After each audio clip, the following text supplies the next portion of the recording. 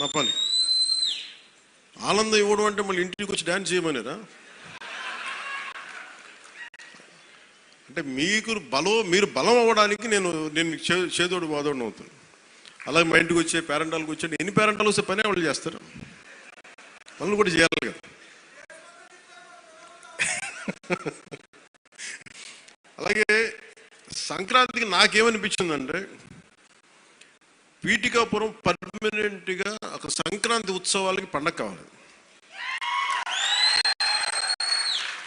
అంటే ఇది సంక్రాంతి ఓణం ఎట్లా ఉంటుందంటే, మాది కూడా మన హార్వెస్ట్ ఫెస్టివల్ మన కేరళలో. అది భూమిని నమ్మే ప్రతి ఒక్కరి పండగ అది. మరి కేరళ చాలా ఒక అనూహ్యంగా ఏంటంటే అన్ని మతాలు జరుపుకుంటారు. సో నా మనసులో కూడా మన సంక్రాంతి అన్ని మతాలు జరుపుకోవాలి. అది ప్రకృతి ఆరాధన నుంచి పుట్టిన మన సంస్కృతి ఇచ్చిన వారసత్వం ఇది. ఈ వారసత్వాన్ని భవిష్యత్ తరాలకి అందించడం మన బాధ్యత. ఈరోజు పీఠికాపురంలో జరుగుతున్న సంక్రాంతి సంబరాలు మనకి భవిష్యత్తులో అందరికీ అలాంటి జ్ఞాపకాలని ఇవ్వాలని మనస్ఫూర్తిగా కోరుకున్నాను.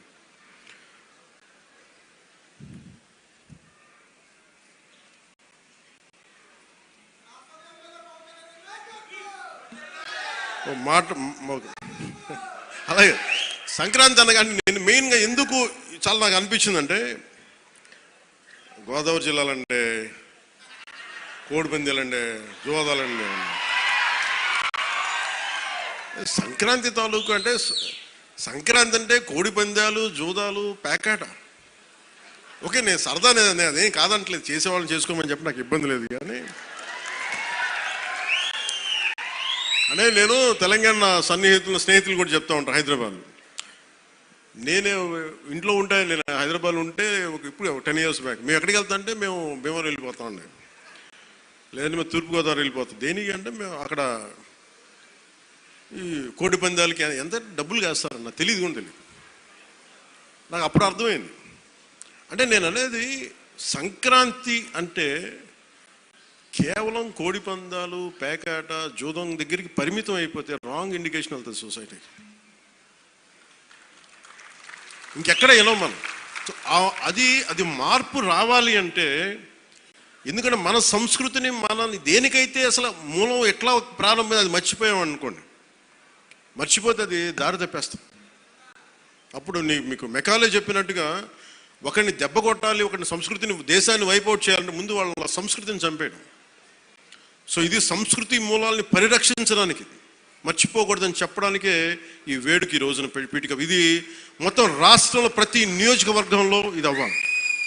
ఇది మనకి గోదావరి జిల్లాలో సంక్రాంతిని కోడిపందాలు ₹1 చేతులు మారుతాయి అనే మాట పోవాలి. సంక్రాంతి నుంచి భోగి మంటల్లో కలిపేయాలి.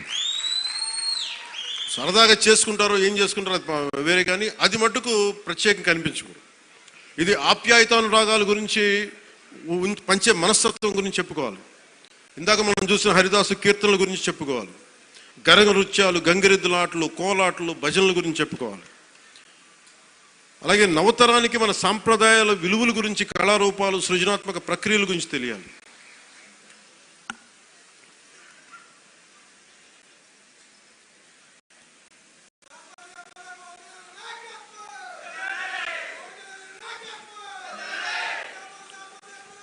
సో నా ఉద్దేశంలో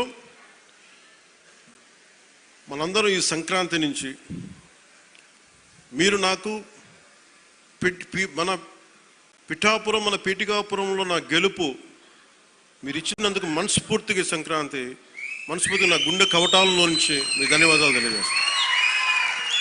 కాదు ఇప్పుడు నేను కోరుకుంటుంది బ్రిడ్జి ఇబ్బంది, అక్కడ